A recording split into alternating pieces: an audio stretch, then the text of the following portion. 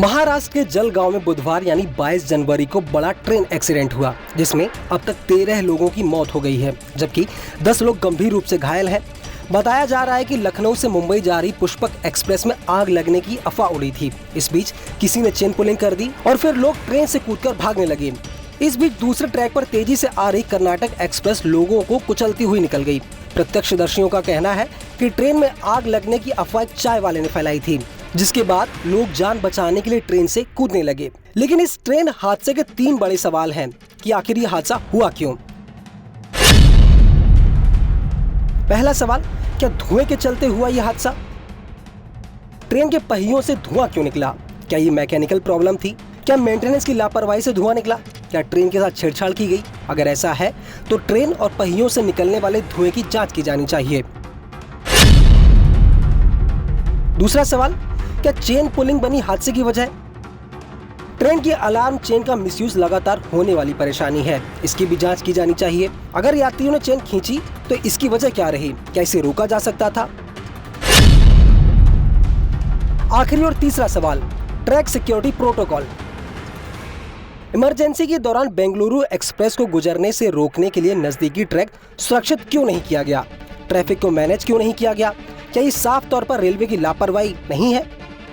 वहीं दूसरी तरफ इस हादसे को लेकर राजनीति भी शुरू हो गई है। इस पूरे मामले पर डिप्टी सीएम एकनाथ शिंदे ने जहां जांच की बात कही है, तो वहीं कांग्रेस नेता नाना पटोले और कांग्रेस सांसद इमरान प्रतापगढ़ी ने बीजेपी सरकार पर सवाल खड़े किए हैं।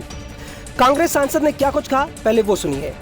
मौजूदा केंद्र सरकार में, भाजपा की सरकार में लगातार ट्रेन हादसे बालासोर से लेकर के अब तक दर्जनों ट्रेन हादसे हो चुके हैं और सैकड़ों लोग मारे गए हैं। लेकिन मुझे अफसोस है कि पहले के रेल मंत्री जो है एक हादसे पे इस्तीफा दे दिया करते थे। अब दर्जनों इस्तीफे के बाद भी मौजूदा रेल मंत्री न तो कोई बयान जारी करते हैं सम्मानजनक और संतोषजनक, और न ही इस्तीफा देते हैं, न उनसे कोई इस्तीफा मांगता है। काश उन्हें लाल बहादुर शास्त्री जी के कार्यकाल को दिखाया जाए कि किस तरह से उन्होंने एक दुर्घटना पे इस्तीफा दे दिया था, तो शायद थोड़ा उनका ज़मीर भी जागे।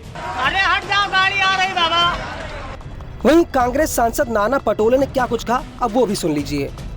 मोदी जी की सरकार जब से आई है देश में, तब से रेलवे के एक्सीडेंट बड़े पैमाने में बढ़ते जा रहे हैं और ये लगातार होते जा रहे हैं। सरकार मोदी जी की घोषणा करती है कि हम अब योजना लाएंगे, अब किसी की जान जाएंगी नहीं, निरपराध लोगों की मृत्यु नहीं होगी। कवच नाम की योजना लाई। कितना उपयोग इसमें हो रहा है ये भी स्पष्ट हो रहा है। यानी हमारे जमाने में रेलवे की टिकटें सस्ती थी, लेकिन अब मोदी जी के सरकार में टिकटें तो महंगे हो चुके हैं, लेकिन लोगों की जान सस्ती हुई। ये कब तक सिलसिला चलते रहेगा? कि सरकार का रेलवे पे कोई नियंत्रण नहीं है, उससे निरपराध लोगों की जानें जा रही है। सरकार को उनके मित्रों की मालगाड़ियां ज्यादा से ज्यादा चलाना, प्रॉफिट उनको कम के देना, और जो सामान्य लोगों की जो रेलवे है, जो देश की वाहिनी है, उसमें इस तरह की दुर्घटना होना ये दुर्भाग्यपूर्ण है। मोदी सरकार ने ये बात को ध्यान में लेकर, सही में तो जैसे लाल बहादुर शास्त्री जी के समय में ऐसे ही एक्सीडेंट हुआ तो उन्हें तुरंत इस्तीफा दे दिया था। तो ये सरकार में अगर उस तरह की धमक हो और मोदी जी की घोषणाबाजी जो होती है, जुमलेबाजी होती है, थोड़ी भी अगर जन की नहीं मन की हो, तो तुरंत इस्तीफा मोदी सरकार ने देना चाहिए। बता दें कि ये हादसा 22 जनवरी को शाम 4:42 पर पाचोरा स्टेशन के पास हुआ, जिसमें अब तक 13 लोगों की मौत हो चुकी है। फिलहाल इस खबर पर आपकी क्या राय है, हमें कमेंट करके जरूर बताएं और ऐसी खबरों के लिए बने रहिए न्यूज़ 18 इंडिया के साथ।